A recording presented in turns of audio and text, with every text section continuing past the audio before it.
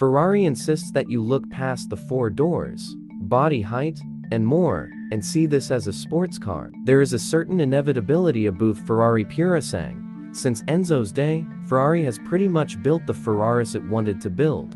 The Purosangue, the first ever 4-door 4-seater from Maranello, is a Ferrari that Ferrari's customers wanted it to build. While the number of doors and seats, and the high-riding hatchback bodystyle, and all-wheel drive powertrain might suggest otherwise, the Purosangue is not. The folks from Ferrari emphatically insist, a Ferrari SUV, or even a Ferrari crossover, for that matter. The Purosangue is first and foremost a Ferrari, they say, and Ferrari only builds sports cars, and by that, they mean cars with impressive performance and dynamics that will put a smile on your face, says marketing chief Enrico Galliera. This sports car just looks a little different from the rest then, and, in truth, the Purosangue makes the case for being a different kind of sports car with some seriously impressive technology and clever engineering. We won't drive it until later this year, but on Ferrari's current form, the Purosangue should have engineers at Aston Martin, Lamborghini, and Bentley worried. It promises to be a benchmark car. Let's cut to the chase. The Purosangue has the perfect engine for a continent-crushing 4-seat Ferrari. Despite lots of speculation to the contrary, under the hood is yet another reworked version of Maranello's legendary, naturally aspirated 6.5-liter V12. Codenamed F140lA, it develops 715 horsepower at 7,750 revolutions per minute, and 528 lb-ft of torque at 6,250 revolutions per minute. Crucially, 80% of that peak torque is available from just 2,100 revolutions per minute. The F140lA features cylinder heads derived from those used in the 812 competizione, and the intake, timing and exhaust systems have been completely redesigned to deliver the broad torque curve needed to cope with the Purosangue's mass and cope with the duty cycle that's expected to consist of a lot of low and medium speed driving, where a highly strung V12 is the last thing anyone needs. It's close to the limit in terms of torque, admits Chief Product Development Officer Gianmaria Fulgenzi. It took all our competency to deliver this engine, but it was an engineering challenge that had to be met. Our existing clients wanted a V12, says Enrico Galliera. Once we announced to them it was a V12, interest exploded. What Purosangue buyers will get is an engine capable, Ferrari says, of hurling the 4,600-pound 4-door to 60 miles per hour in less than 3.3 seconds, to 124 miles per hour in 10.6 seconds, and to a top speed of almost 200 miles per hour, leaving the likes of Aston Martin's DBX 707 and Lamborghini's Urus rocking gently in its wake. But it's not just what the engine will do, says Gianmaria Fulgenzi, it's how it will do it. A lot of time and effort has been put into ensuring the F140lA has that feel of endless acceleration that's the hallmark of a great Ferrari V12, and, of course, a spine-tingling soundtrack all the way to its 8 to 50 RPM. Redline. The Purosangue's body structure is, unsurprisingly, all new. The lower elements are all made from high-strength aluminum, with extrusions and castings, and load-bearing aluminum sheet metal used to create a space frame upper structure to which aluminum, carbon fiber, and high-strength steel body panels are bolted. The roof is a single-shell carbon fiber panel with integrated soundproofing that Ferrari says delivers the rigidity of a glass roof, while weighing 20% less than a soundproofed aluminum roof. Compared with the GTC4 Lusso, Ferrari's most recent 4-seater, albeit with only 2 doors, the Purosangue has 30% better torsional rigidity and 25% better stiffness, thus delivering improved NVNC and comfort. Look under the hood and you can only see the first 6 cylinders of the engine. The V12 is mounted way back in the chassis, with the front of the block virtually over the front axle centerline. The other 6 cylinders you can't see, they're hidden away under the cowl and the base of the windshield. That explains the Purosangue's imperious dash-to-axle ratio, and its ideal 49/50 first front to rear weight distribution. Ferrari has taken an unconventional approach to configuring its first ever 4-door.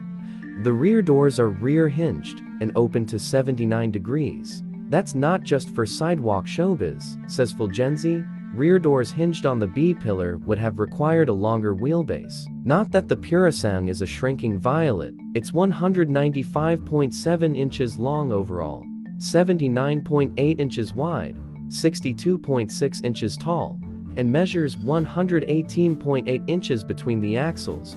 It is the largest, tallest Ferrari ever made. We developed the Purosangue especially for performance on paved roads, says Gianmaria Fulgenzi.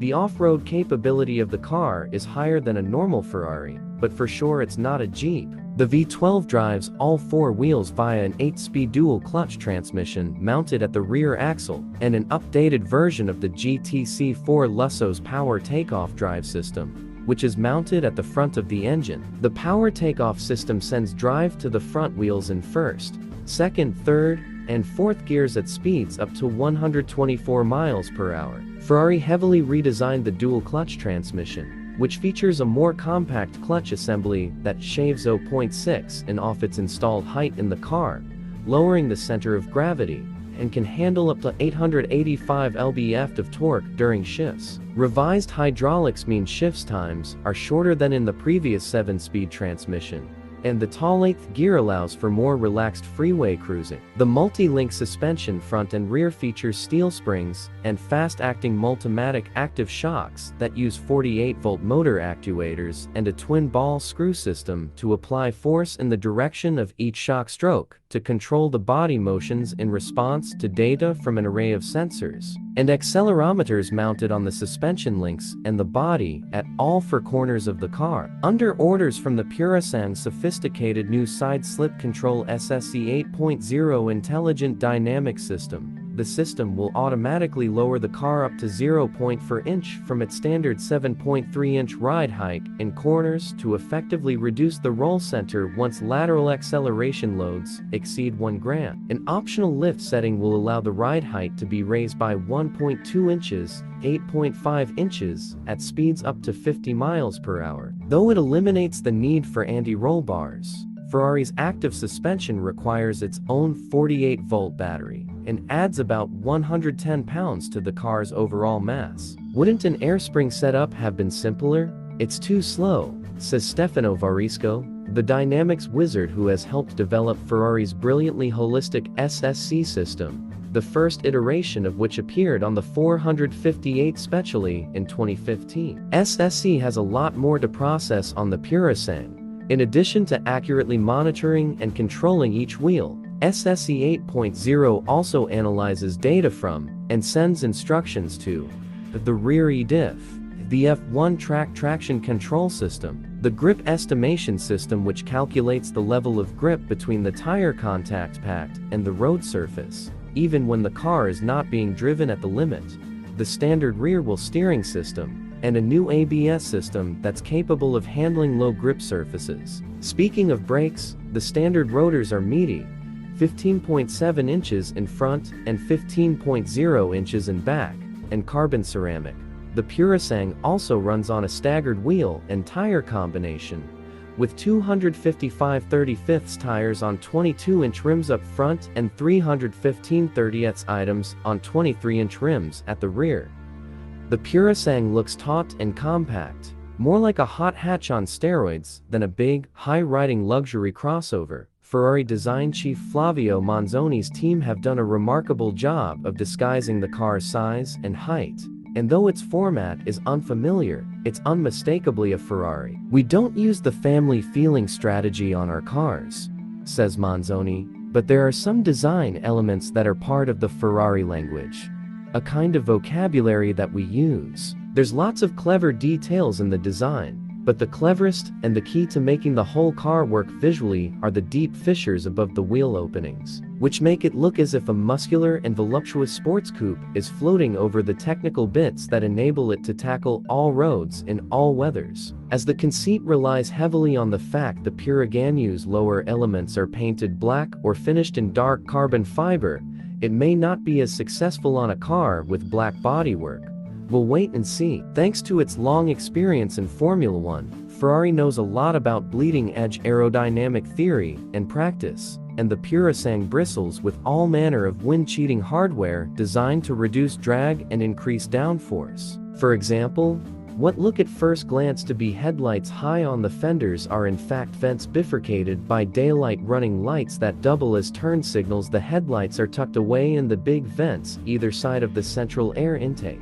The upper vent helps manage the airflow through the front wheel wells and around the base of the windshield, where what Ferrari calls air bridges on either side of the hood reduce the negative impact of turbulence at the base of the windshield. The lower vent channels air into the brake cooling system. Ducts from the front bumper direct air towards the outer edge of the front tires, which is then turned towards the rear of the car to create an air curtain over the front wheels, helping to reduce drag. Small vents on the trailing edges of the wheel openings front and rear help extract high-pressure air from the wheel wells.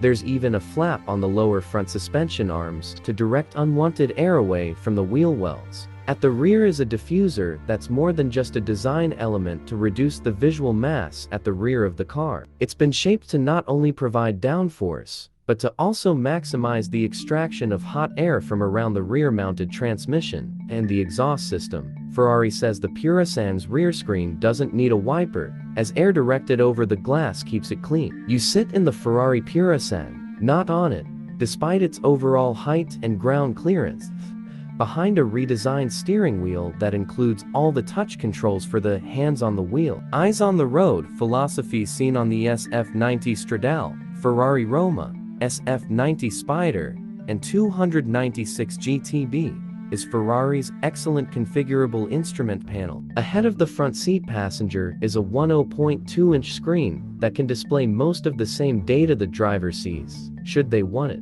along with all the infotainment menus. The Purosangue is strictly a four-seater, mainly because of the large transmission tunnel that runs through the cabin, and will eventually also be used for packaging batteries for the hybrid and BEV versions of the car that Ferrari insiders refuse to confirm or deny are coming. A variety of trims will be available, including a new dark brown semi-aniline leather for the seats, carbon fiber with fine copper wire threads woven into it, and floor covering made from a bulletproof ballistic fabric used in military uniforms. But Ferrari says 85% of the trim on the car shown here has been sustainably produced.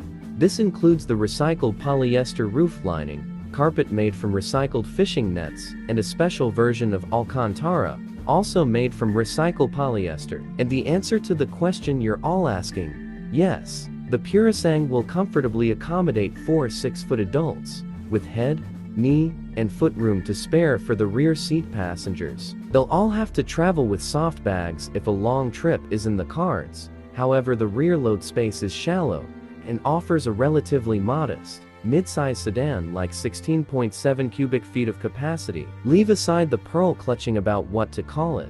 The Purosangue looks to be first and foremost a real Ferrari. It's been created with the same care and attention to detail by the same designers and engineers responsible, some of the greatest Ferraris yet made. And that's a key point. The Purosangue name, Italian for thoroughbred, was adopted during the car's development to remind everyone involved in the project that it should be born of the Ferrari bloodline. We gave the green light to do the car only when we had the technology to do it as a Ferrari, says Enrico Galliera.